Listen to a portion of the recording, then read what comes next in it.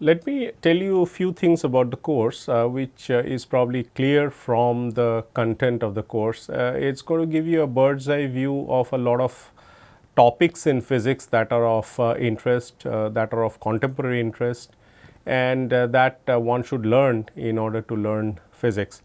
So, we have talked about classical mechanics earlier and have given you very brief introduction to Newtonian mechanics and then Lagrangian mechanics, and then we have talked about classical relativity or the special theory of relativity mainly, in which we talked about time dilation and length contraction.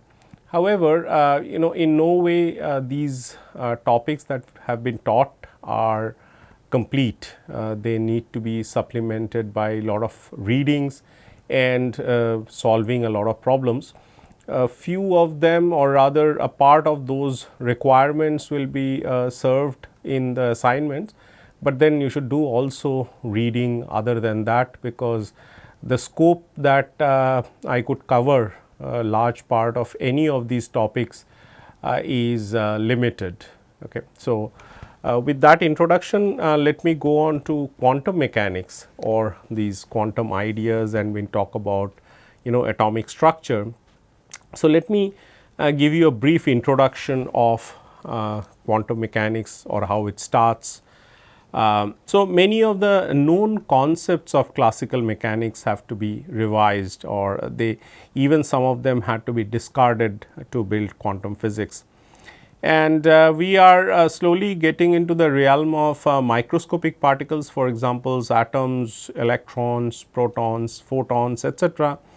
And these signatures of these particles, that is subatomic particles, atomic particles, and broadly they would be called as quantum mechanical particles. They are realized through the discrete energy levels, or sometimes we see intensities such as that is seen in mass spectrograph and so on. But they can also be visualized, that is, these particles can also be visualized in high resolution microscopes, for example, high resolution transmission microscopy or scanning electron microscopy, which are known as SEM, TEM, or even field emission scanning electron microscopy called as a FESEM. So, we will not talk about these experiments, but it is in your interest that you should know how signatures of these subatomic particles are are seen or can be realized. So, let me ask a few questions. So, is quantization a proprietary property of quantum mechanics, like the quantization of the energy levels or quantization of the angular momentum? And the answer is no, because the frequencies of the organ pipes that you are aware of are quantized as well. Now, this simply stems from the fact that when you are trying to solve a differential equation pertaining to certain boundary conditions or initial conditions, you would get quantization. For example, these open organ pipes, the frequencies are quantized in V over 2L. And in closed organ pipes, the frequencies are quantized in unit of V over 4L. So, V over 2L and V over 4L, which means, say let us talk about a closed organ pipe closed at both ends, and they have frequencies which are V by 4L and 3V by 4L, which means that there is no frequency that is possible. So, the first harmonic comes at 3V over 4L. Between the fundamental frequency and the first harmonic, there is no frequency that is available or that can be generated, and this purely from the fact that you are solving a wave equation. Here we are talking about sound wave. So, wave equations pertaining to boundary conditions that are they are closed. So, they have to have nodes at the extremities or at the boundaries. So, one gets quantization there, but what is a speciality of this quantization that we are going to see in quantum mechanics? The speciality is that the quantization, it carries a scale of the Planck's constant, which we write as either h or h cross. So, this is something new, that all these other things that you have talked about, just like what we have talked about the frequencies of these organ pipes, they are not quantized in the scale of h or h cross. Remember that h or h cross, they have a dimension of the angular momentum. So, h cross is h over 2 pi. So, it is simply just a factor that divides. So, we will use them interchangeably with this factor of 2 pi at times. So, is there any other similarity or dissimilarity between the classical and the quantum physics? And the answer is that the superposition principle. Once again, this is due to solving the linear differential equation. We would be talking about mainly in quantum mechanics a second order linear differential equation, and when we talk about linear differential equation, there is no term such as x and y, or there is no term which is a product of the two variables, or rather the dependent and the independent variable, and so on. So, there in these linear differential equations, these superposition principle works, and we can talk about Laplace's equation in electromagnetics, where we solve these equations pertaining to certain boundary conditions. And in a similar spirit, we will be talking about solution of Schrodinger equation in certain kind of potential. Both have a nature that's similar. As I said, it's a second order linear differential equation. And if say psi 1 and psi 2, or y 1 and y 2 are solutions of these equations, this psi is just a function of x, and say y is also a function of x, then a C 1 psi 1 plus a C 2 psi 2 is also a solution, and this is called as a linear superposition. This holds in this quantum mechanics, or rather solution of Schrodinger equation, and also holds in classical electromagnetism. Now, while talking about relativity, we have seen that the non-relativistic or the Newtonian mechanics that we have learned in a nutshell is really a limiting case of relativistic mechanics, and valid for V much smaller than C. And so, if V becomes of the order of C, or at least 1/10 of that or 1/100th of that, you need to go to the relativistic mechanics, because the space and time would be coupled there, and you have all these length and time, they would not look the same as they would look in a stationary frame. Okay. So, similarly this classical mechanics is also a limiting case of quantum mechanics. Okay. So, just like relativistic mechanics should be the description of all particles moving with any velocity, I mean, which could be velocity of close to velocity of light, or it could be much smaller than the velocity of light. In fact, there is a problem with Newtonian mechanics that it does not give any special consideration to the speed of light, and that is why it fails, or rather it is an inappropriate description, which is what we have seen. Similarly, classical mechanics also works in certain domain, and quantum mechanics is should be universally applied to all particles to decipher the properties of these systems, microscopic or macroscopic. However, for macroscopic particles or macroscopic bodies, classical mechanics works fine, and this is what we have learned. So, classical mechanics is a limiting case of quantum mechanics. Okay. Classical mechanics provides description of macroscopic bodies only, which is what I have said. Quantum mechanics is in principle applicable to microscopic objects, but there is no embargo on quantum mechanics to to describe even macroscopic bodies as well. So, there is also a difference in quantum mechanics for this case when V is of the order of C and V is much smaller than C. See, the velocity of a particle, V is the velocity of a particle. Velocity of a particle can never be larger than C, but it can be of that order, means that 10% of that C is also very large velocity, knowing the speed of light, which has been talked about many a times while teaching relativity. So, these are the cases that also have to be discerned, or they have to be distinguished even in quantum mechanics. Okay. So, here I present a table. The table has 4 quadrants, and the ultimate description is in the first quadrant, that is on the left top, which I wrote as relativistic quantum mechanics, and on the right top there is non-relativistic quantum mechanics, which is what we are going to talk about now. At the bottom right is the non-relativistic classical mechanics, is the Newtonian mechanics and Lagrangian mechanics that we have learned, and relativistic classical mechanics is what we have learned earlier, that is in the last module we have learned that. So, this has been done little, again this has been done in short. This is what we are going to do now, and the one that is on the first quadrant would be stored for a later use. Okay. So, let me go into the atomic structure. Okay. And while talking about atomic structure, there are many theories that have stemmed from very early on, and now we know that what the structure of the atom is, but it is important to know about the history and the way it developed. So, there are these Dalton's atomic theory, Thomson's model, and then Rutherford model, Bohr's model, and then the quantum mechanical ideas, which gives rise to the wave particle duality.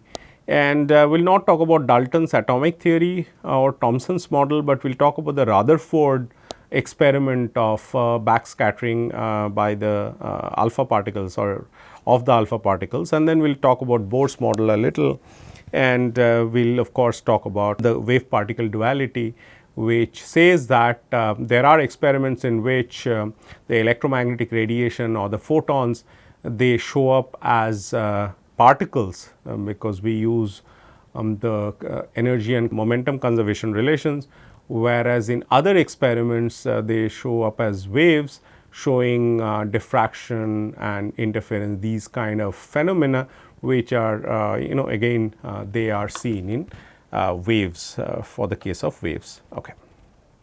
So, the early on let us talk about that story as well. So, the earliest concept of atomic structure was arguably given by an Indian philosopher, Maharishi Kanad, whose concept of matter constitutes of the building block which he called as Parmanu. Then the Greek philosopher Democritus also claimed that matter is formed of indivisible elements, these are called as atoms, and is credited with the early proposal of discovery of the atomic structure. Of course, now we know that atoms are the building blocks of matter, and a nucleus composed of neutrons and protons, and the electrons are orbiting around the nucleus. Electrons have negative charge, protons have equal but a positive charge, and neutrons are chargeless, though neutrons have magnetic moment which are important for certain kind of experiments. And the nucleus accounts for 99.94 of the atomic mass. This is in striking sort of similarity with our universe, where the sun occupies a similar percentage of this mass of the universe, and these planets which are they orbit around the sun in their own orbits, and they are held by the gravitational force. And here of course, that they are held by the centripetal force. So, what is Rutherford model? So, Rutherford he was around between 1871 to 1937, and most of these experiments were done in the early second decade of these 1900s. So, around 1911 or so, most of these experiments were performed, and he was assisted by Geiger and Marsden. And what they did was that they did a scattering experiment where he bombarded heavy atoms by alpha particles, which have mass 4 units. And so, these are 2He4. So, these are the bombarding particles or the projectiles. In fact, to his surprise, he found that these are like shooting bullets at say thin tissue paper or something. And to his surprise, he found that some of them actually return back along the direction in which they are fired. So, this sort of gives a feeling that there is something very strongly sort of positive, so that these alpha particles they are repelled and they return back. So, that is how he tried to visualize the structure inside an atom, and this is what the main the discovery is all about. And in that experiment, the effect of scattering by electrons is neglected, and these are really they may have some effect, but they are not taken into account.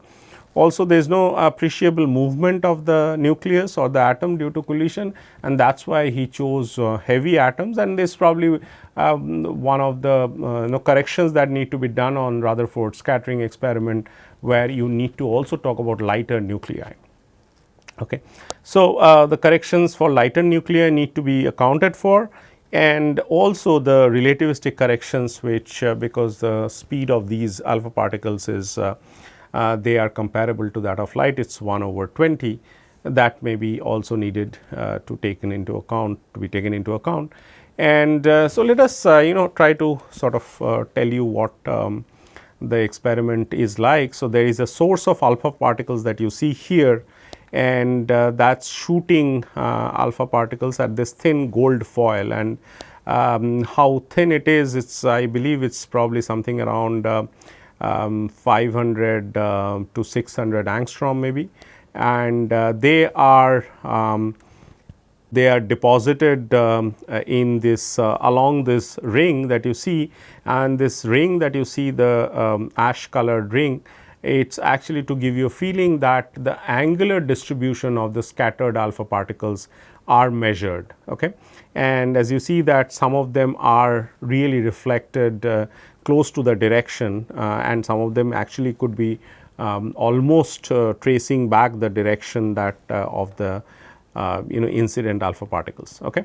So, the scattered alpha particles are on the detector, or they are captured in the detector, which are placed in some kind of angular array, and so most of the particles are found to be undeflected. So, they go pretty much in the direction that they are fired, and there could be a little deflection, and as you see that there is a circular fluorescent screen, and whenever there is an alpha particle that impinges on the screen, there is a spot that is formed, and the spot is noted, and its angle with respect to the incident direction is noted.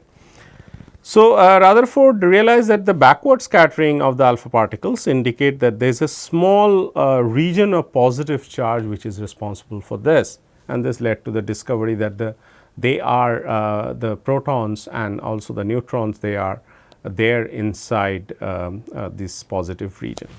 So, let me show you a schematic picture of the scattering process, and we will talk a little about this scattering. It is important to want to find out that this is what Rutherford did.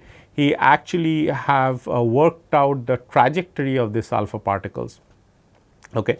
And so, there is this alpha particle, and this plus ZE is the nucleus. Okay.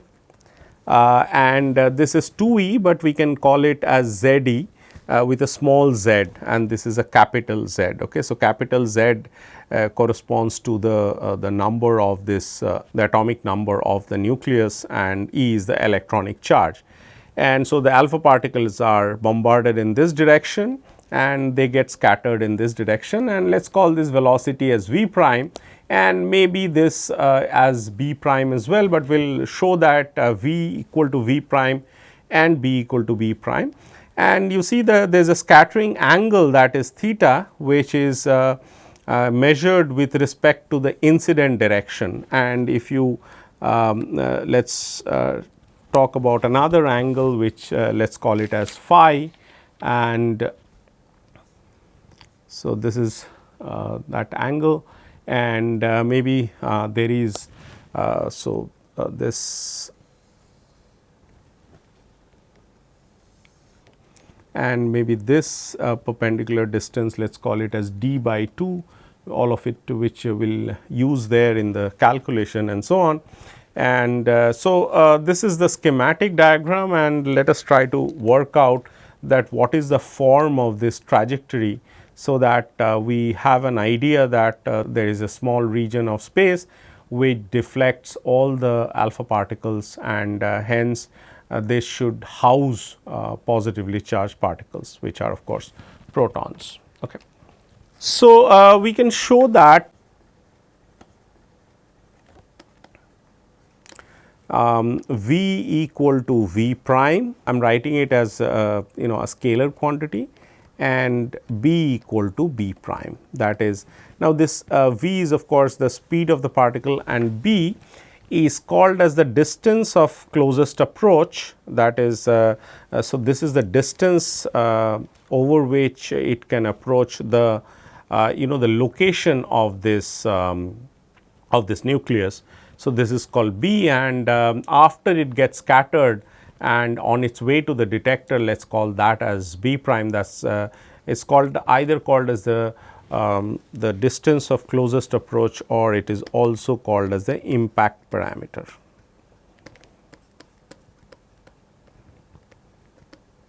And it plays an important role in in this scattering theory. Okay. So, we will prove this, that the initial and the final velocities are same, and the initial and final the impact parameters are same, and which can be understood by the conservation of angular momentum, because there is no torque that is acting, the angular momentum will be conserved. So, it is mVb equal to mv prime b prime. So, that tells us that Vb equal to V prime b prime, where m is the mass of the alpha particles. Okay. And also the kinetic energy is conserved. So, this is half m v square is equal to half m v prime square, and that tells us that V equal to V prime and B equal to B prime. Okay. So, V equal to V prime here, and then if you put it on the equation above, then it gives you a B equal to B prime. So, which means that the initial and the final velocities are same, and the impact parameters are same before collision and after collision. So, after this alpha particles collide with the nucleus, I mean they do not collide head on, but they feel the presence of the nucleus and get deviated because of this. There is a repulsion that they feel, and this also tells you that there is a positive concentration of positive charge somewhere, which is at this position, which we have shown as ZE, the nucleus. Okay. All right. So, we need to know the trajectory. So, the trajectory is needed, and how you can get the trajectory is the following. Okay. So, the force balance equation can be written. So, what the trajectory means is that the relationship between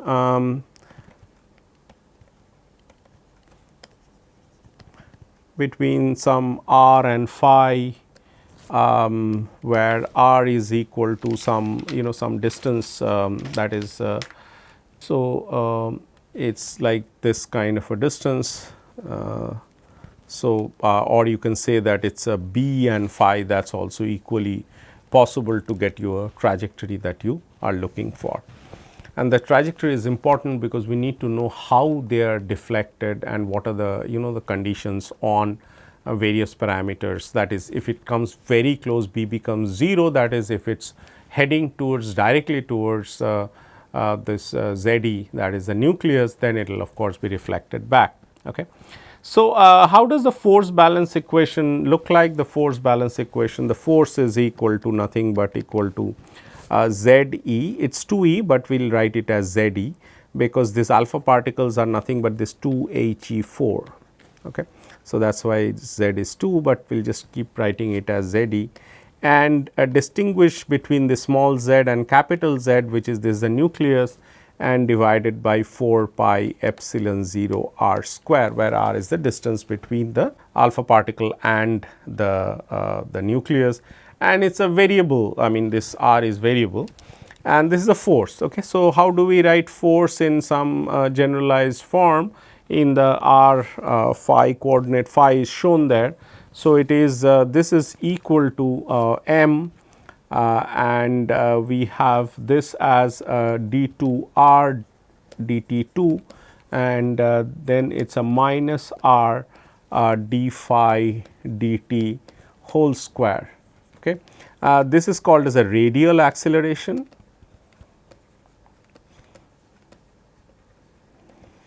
and this is nothing but omega, and this whole thing is called as the centripetal acceleration, basically r omega square.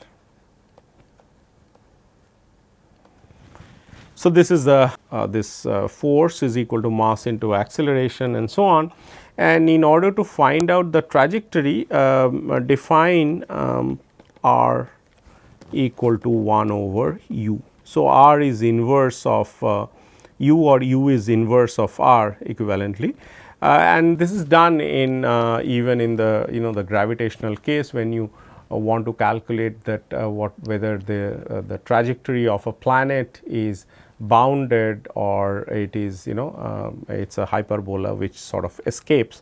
So, these kind of this redefinition of this angular or rather radial variable is done as well. Okay. So, why we did that? Because we need to calculate each of these radial acceleration and the centripetal accelerations separately, and so we can write down this as dr dt.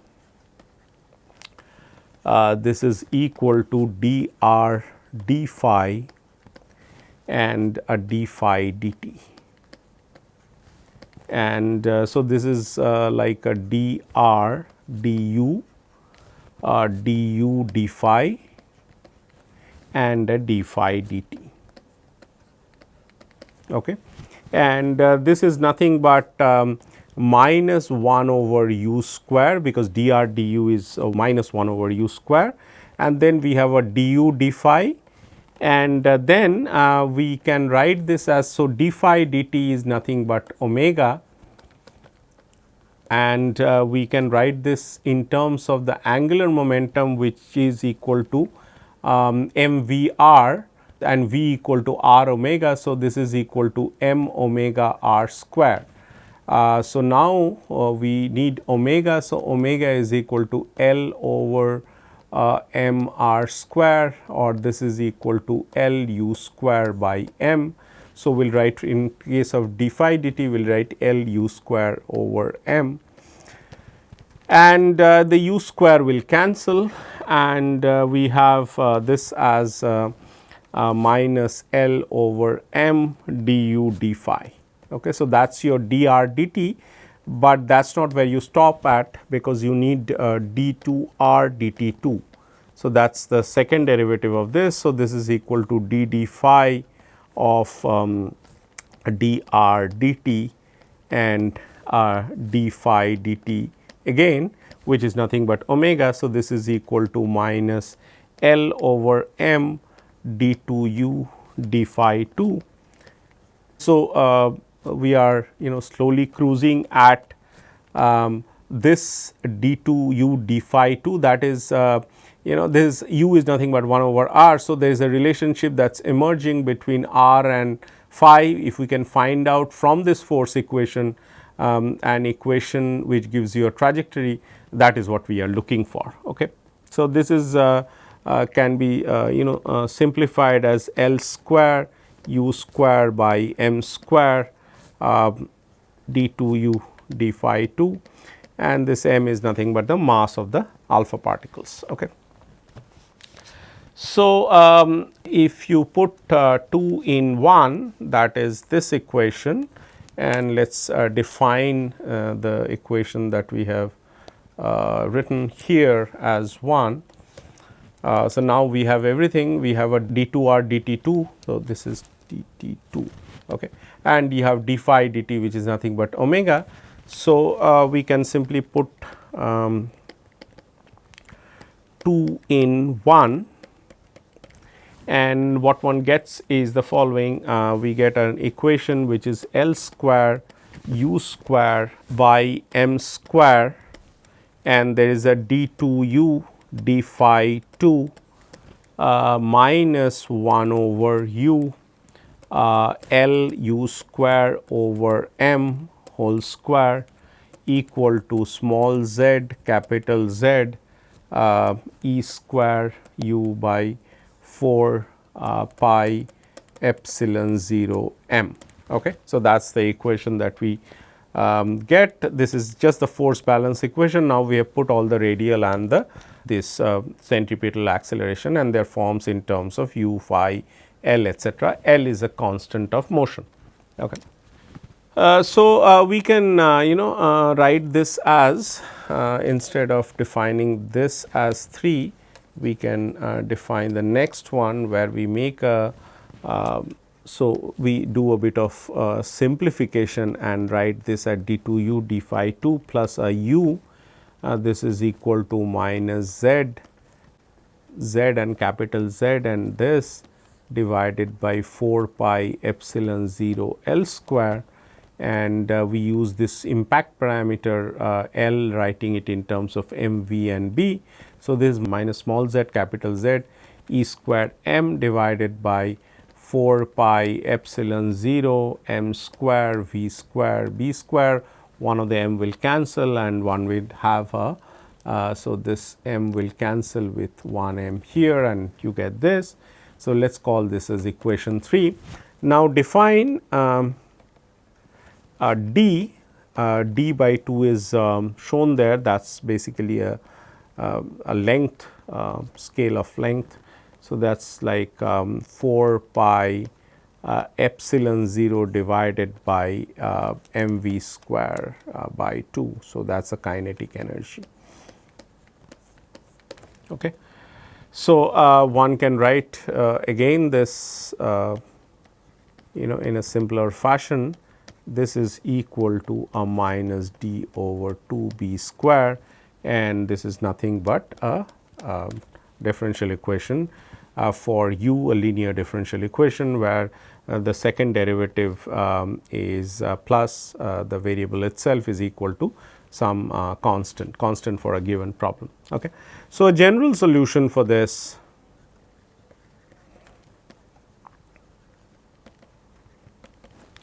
is u equal to a cos phi plus b sin phi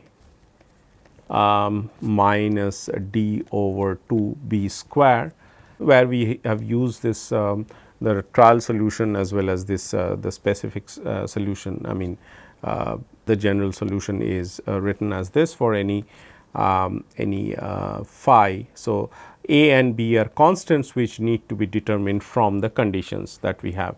And what are the conditions? The conditions are that phi is goes to 0 for r going to infinity.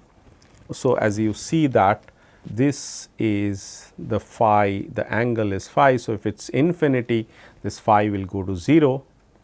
And the second one is dr dt,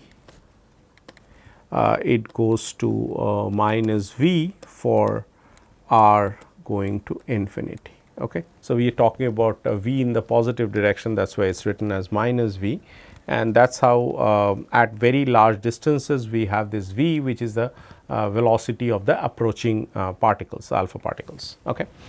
So, given these two, we can actually find out from 1 we can find out that a is equal to d over 2 b square, and from 2 we can find out b equal to m v over L, which is equal to m v over m v b, which is equal to 1 over b.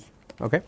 So, this is say 5 and 6, which are the two unknown constants that we have determined from the boundary conditions there. So, if you put 5 and 6, we get u equal to d over 2 b square cosine of phi plus 1 over b sine phi, that is minus d by 2 b square. And then replacing or rather going back to our very own r variable. So, this is equal to 1 over b sin phi, this plus d over 2 b square, cosine phi minus 1, and that is equation 7, and that is equation of the orbit. And this is what we have been looking for, because we need to know how the alpha particle is scattered by that presence of there is a nuclear charge that is there. Of course, Rutherford did not know there is a positive charge, but he just knows that that if it has to, because the experiments say that it is deflected, most of them are undeflected, but even if there is a deflection, slight deflection, he wanted to find the trajectory of the alpha particles after collision. All right. So, this is quite simple. This is the equation of hyperbola.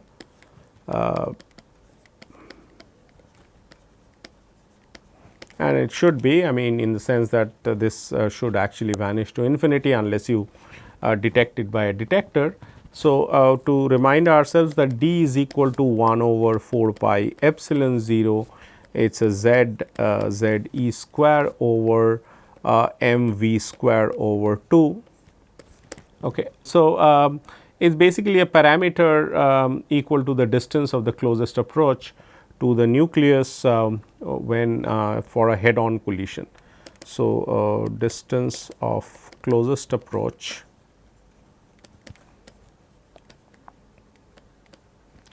for head on collision, and head on collision would mean that B is equal to 0. Okay.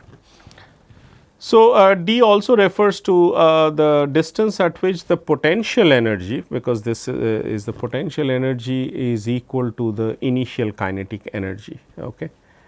Also the distance at which potential energy, which is nothing but z e square over r, which is r is equal to d here, is equal to the kinetic energy. So, initial kinetic energy, which is half m v square. Okay. So, it is easy to see, if you put d equal to r, that is what happens. Okay. Now, basically in this particular case the particle would stop because the potential energy and the kinetic energy would be same, and then it will reverse back in the incoming direction, towards the incoming direction. So, the scattering angle can be found, which is theta. So, theta can be found using theta equal to pi minus phi for r tending to infinity. So, when you capture the particle at very large distances from this gold foil that you saw, that is where that is the scattering angle, and so this cot of theta by 2, which is equal to 2b over d. Okay. So, that is the relation, and so you want to calculate this thing. Let us just redraw that picture. So, all right. So, this is basically theta, that is the scattering angle, and we want to know how many alpha particles are scattered between theta and theta plus d theta, so that we can get what is called as the scattering cross section. So, this is b and this is dB. So, the between the impact parameter b and b plus dB, what is this how many particles are scattered between that. So, we will use this want the number of particles scattered between theta and theta plus d theta, and so with particles with them between b and b plus dB. Okay. So, we use this b equal to d by 2 cot theta, and dB that becomes equal to minus d by 2 d theta by 2 sine square theta by 2. Okay, so basically d of theta by 2 sine square theta by 2. And now we can calculate the b dB, which is given by, so this b dB we have both, and that is minus d square by 8 cos of theta by 2 d theta and sine cube theta by 2. Okay, this is all algebra. You can fill in the steps, or they are all there actually. So, a b dB is equal to minus d square over 16, and we have a sine theta d theta, this divided by sine of 4 theta by 2. Okay. So, this is really proportional to the particles, you know, scattered between angle theta and theta plus d theta. So, we have a p b dB, this is equal to n theta d theta, where n theta is the number of particles, n theta d theta is the number of particles scattered between theta and theta plus d theta. They are proportional, but I am writing it as equality, and this is proportional to a sine theta d theta and divided by a sine 4 theta by 2. Without worrying about the prefactors, the scattering cross section can be obtained as d sigma d omega, scattering cross section. So, this d sigma d omega, which is equal to n theta d theta, d omega is the solid angle, and this divided by d omega, and this d omega is nothing but 2 pi sine theta d theta. So, that sine theta d theta will cancel with this. So, this is 1 by sine 4 theta by 2. This is a famous result in the sense that it is cosec 4 theta by 2, where theta is the angle that is shown, is the scattering angle. So, it is a half of that scattering angle, and this is what gives you the trajectory of this particle. Okay. And this trajectory is important because this trajectory is or rather these this number of alpha particles scattered, it can be experimentally determined, and so the scattering angle dependency of that scattering cross section comes as cosec 4 theta by 2, or 1 by sine to the power 4 theta by 2. Okay. So, this is roughly what this Rutherford's model is. So, he understood that the nucleus is actually concentrated there, and of course, there are electrons also. This really does not make too much of comment about the electrons that are present in the orbiting part, or which orbit about the nucleus, but that is more succinctly told by Bohr's model. Let us just do Bohr's model.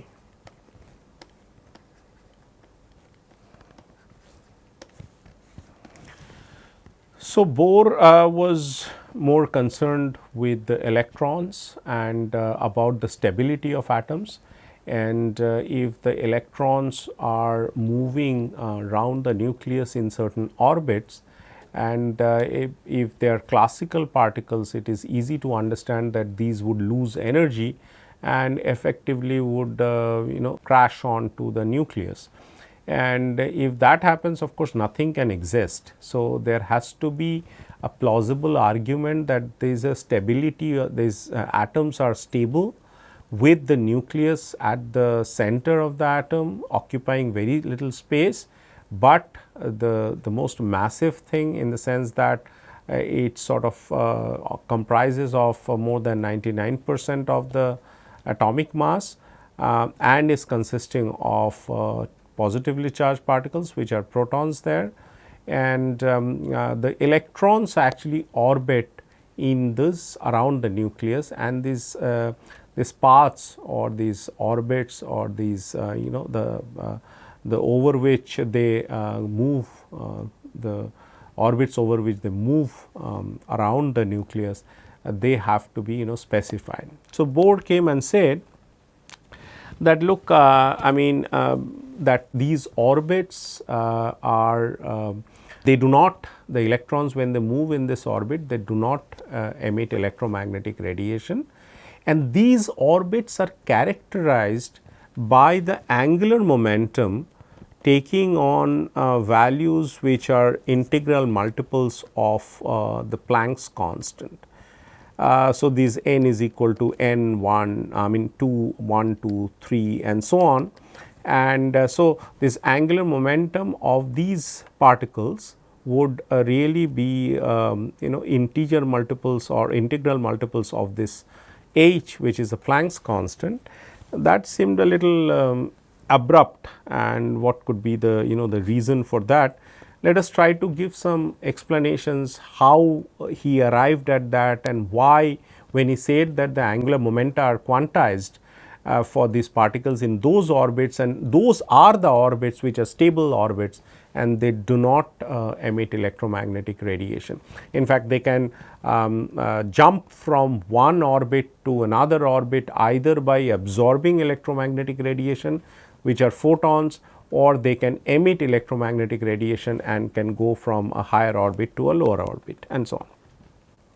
Okay. So, for these electrons the force is Z e square, where Z e is again the charge. So, Z e into E, if that helps, I will write it as Z e into E divided by 4 pi r epsilon 0 r square. R is typically the atomic radius,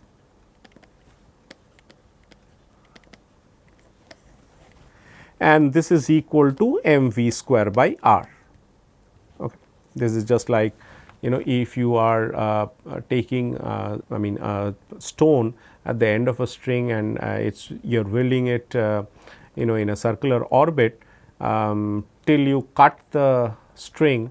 The stone will keep rotating in that revolving in that circular orbit, and the tension actually provides the centripetal force.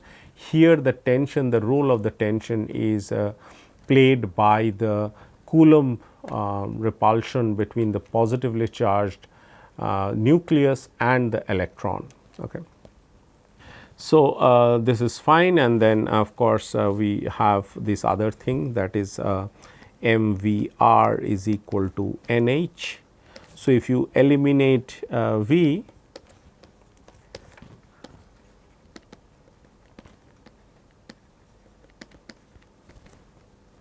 so we have Z e square is equal to 4 pi epsilon 0 m v square r. This is equal to 4 pi epsilon 0 n square h cross square by m r.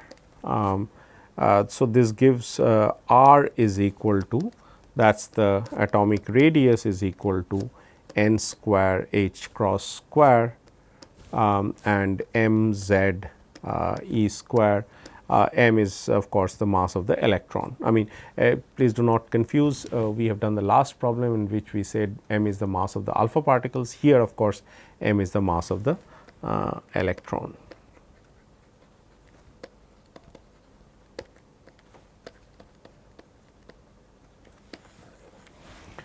So, this is the radius, the atomic radius, and you see that very nicely this atomic radius depends on this quantum number n, where we have said n equal to 1, 2, 3 etc. So, then v becomes equal to, that is the velocity, becomes equal to n h cross by m r, which is equal to 1 over 4 pi epsilon 0, that is Z e square over n h cross, and that is 4, that is the velocity or the speed of the electrons. Okay. So, one is that the application of the angular momentum quantization, this is proportional to the n square. So, this is what we have seen here. So, r is proportional to n square, and this comes from the quantization rule. Okay. So, the atomic radius would depend upon n, where n equal to 1, 2, 3 etc. Okay. So, let us just for a moment specify it for a given problem. So, for z equal to 1, we talk about H, the hydrogen atom, that is the simplest atom that we have. So, Z equal to 1, and then if you put in I mean all these values M, E, H, etc.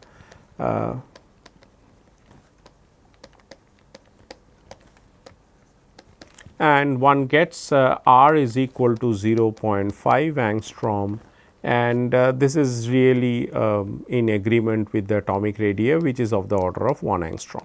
Okay. Usually, so this is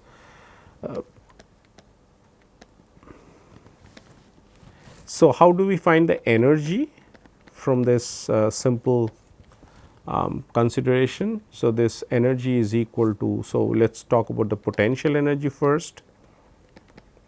With this radius, potential energy of the electrons.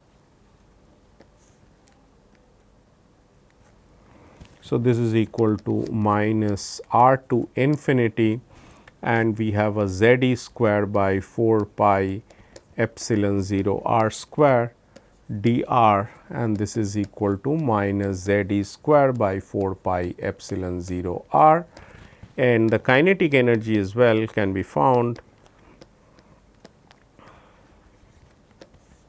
So, this is k is equal to half m v square, this is equal to Z e square by 4 pi epsilon 0 r. Okay. So, they are same of course, but with opposite signs. So, the total energy is equal to no, so I made a mistake somewhere. So, this is r. So, this would be 2 r, because your V is given by this. So, that is, so it is half m V square.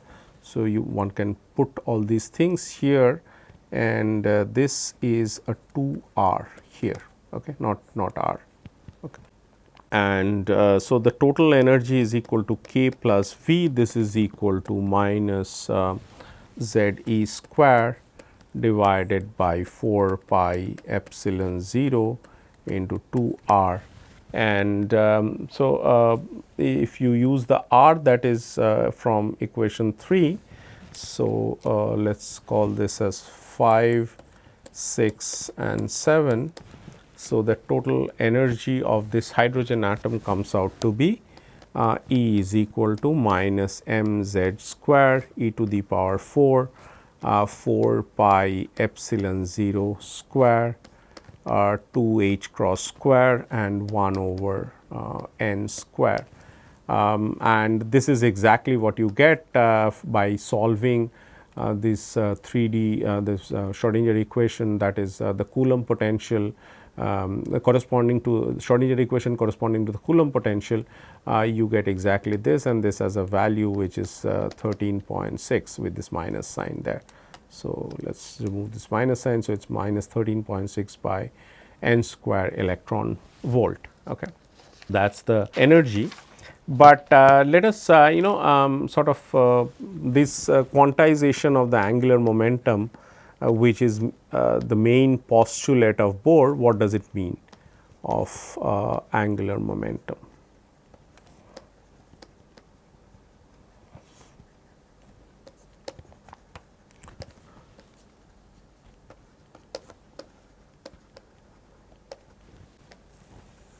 All right. Okay. So, for that we start with a Bohr-Sommerfeld quantization condition. Now, this is stated, it is also called, I think, Wilson-Sommerfeld quantization condition, and can be kind of derived from the WKB approximations. We will probably not have too much of time to talk about that, but that is an approximate methods which gives you solutions of Schrodinger equation for linear slowly varying linear potential. So, this condition states that a PQ dq, this is equal to NQH, okay, H or H cross does not matter. So, NQ is a quantum number which has values which are integer values, and Q is a periodic coordinate of time,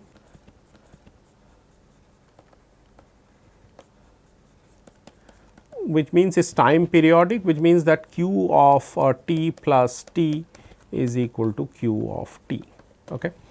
PQ is the corresponding momentum,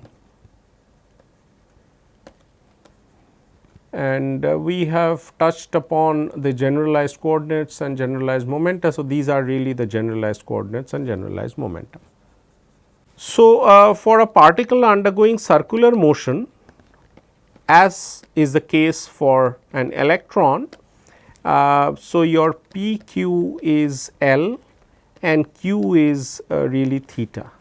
So, if we apply the condition, then we have a L d theta which is equal to n into h. Now, we are not writing q, but n is a sort of quantum number which corresponds to the this coordinate. So, that tells you that L into 2 pi becomes equal to n h, and this tells you that L equal to n h over 2 pi, sorry, this is L, and this is the Bohr condition. Of course, this is mathematically consistent, there is nothing that is inconsistent about it, but we are still looking for some physical arguments and trying to understand that this condition that Bohr gave about the conservation of angular momentum or constancy of the angular momentum, which is the integral multiple of the Planck's constant, what it really means in physically what it means. So, a physical argument comes from the de Broglie principle.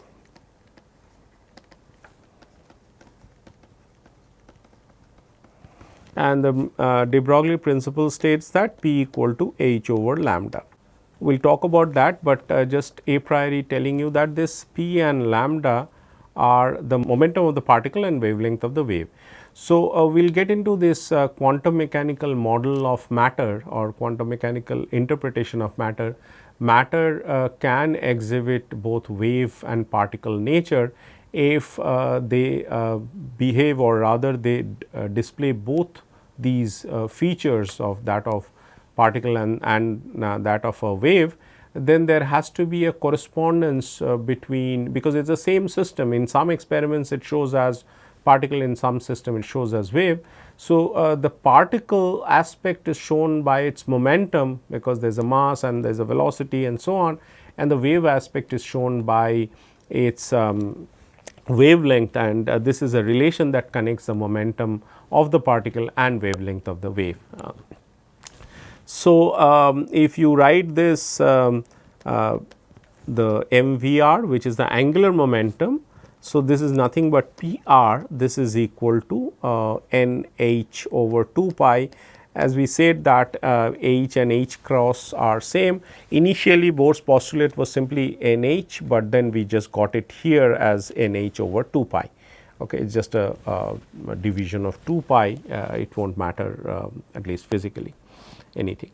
So, if you apply P equal to H over lambda, then this gives you HR over lambda, this is equal to NH over 2 pi, and the H will cancel, and that gives 2 pi R equal to n lambda.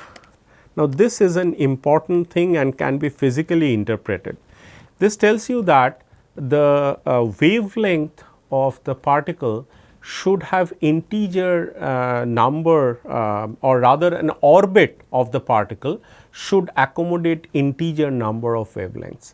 It cannot happen that it has the n is not a number. Okay. So, let me give you an example. So, this is a sort of orbit, okay, badly drawn, but you understand that. So, this and sort of so one. So, it is just showing that so this is the orbit, and so I am just showing it a little off that because you need to sort of show that there is one complete orbit. So, this n equal to 1. Okay. So, this one corresponds to, say for example, so there are kind of 2 orbits that are there. So, n equal to 2, and another orbit should have this, probably the most So, let us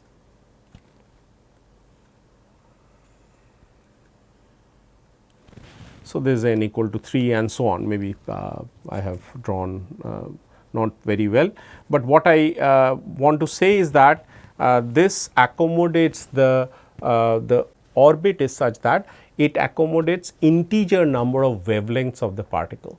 And where is this condition coming from? This condition is coming from the Bohr's postulate, which is about the conservation, or rather the quantization of the angular momentum. And so, the quantization of the angular momentum means that a particle with its with its equivalent wave description would have wavelengths, the orbit of the wave would accommodate exactly integer number of wavelengths, and that, so they should be consistent, and that talks about the stability of the orbit. So, it cannot happen that they do not join, I mean, say I sort of draw another one where you have this and so on, that cannot be true. Okay. So, it does not have this integer number of wavelengths, whereas the other ones have. Okay. So, this is something that will physically connect the reason that for the stability of these atoms, Bohr had proposed this postulate of the quantization of the angular momentum. So, we will stop here for today, and we will continue next class.